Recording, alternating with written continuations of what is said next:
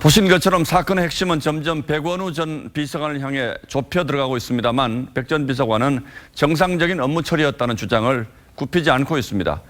객관적인 입장에서 백 전 비서관의 주장을 따져보겠습니다. 자, 강동원 기자, 일단 백 전 비서관은 첩보 문서를 워낙 많이 넘기기 때문에 거기에 울산시장 건이 있었는지조차도 잘 모르겠다 이런 입장인 거죠? 예, 그렇습니다. 이 박형철 비서관이요, 울산시장 문건을 백원우 전 비서관에게서 받았다는 취지의 진술이 언론에 보도된 후였습니다. 백원우 전 비서관은 기억이 나지 않는다라고 시작을 했고요. 그리고 나서 이 문건을 넘겼다면 울산 사건만 특정해서 전달하지 않았을 것이라고 해명을 했습니다. 뭐뭐라면 뭐뭇일 것, 이것 같은 이 애매한 가정법을 쓴 겁니다.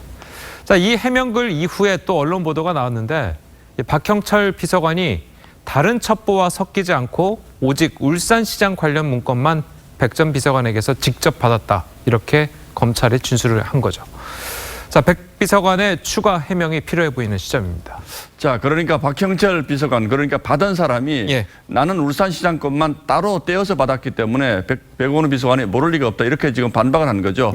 자, 그럼 다음으로 경찰 보고건에 대해서는 뭐라고 하고 있습니까? 그러니까 백원우 전 비서관은요, 제보를 넘기고 난 뒤에는 경찰로부터 보고를 받은 적이 없다, 이렇게 이야기했습니다. 자, 그러자 경찰이 브리핑까지 열어서 이 당시 수사 진행 상황을 청와대에 보고했다고 했습니다. 경찰이 나서서 백 전 비서관의 말을 부인한 겁니다. 자, 물론 청와대에 보고했다고 해서 백 전 비서관에 전달되지 않을 수도 있지만 여러 정황상 백 전 비서관에 보고됐을 가능성이 커 보입니다. 자, 특히 오늘 국회에서 노영민 비서실장까지 경찰의 보고 사실을 인정했기 때문에 백 전 비서관의 보고는 받지 않는다, 이 해명은 거짓일 가능성이 있습니다.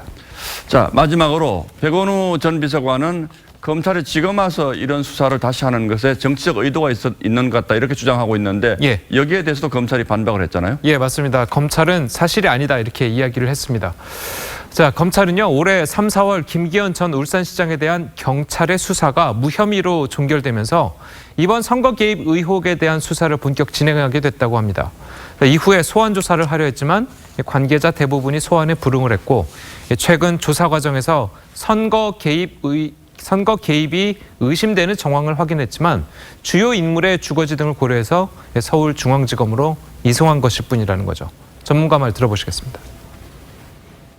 만약에 이 사건이 하명 사건이라고 한다면 오히려 주도를 청와대에서 하는 것처럼 보이기 때문에 드루킹 못지않게 오히려 그보다 더 큰 파장을 일으킬 있을 거라고 봅니다. 예, 검찰이 곧 백 전 비서관을 소환해서 조사한다는 거죠?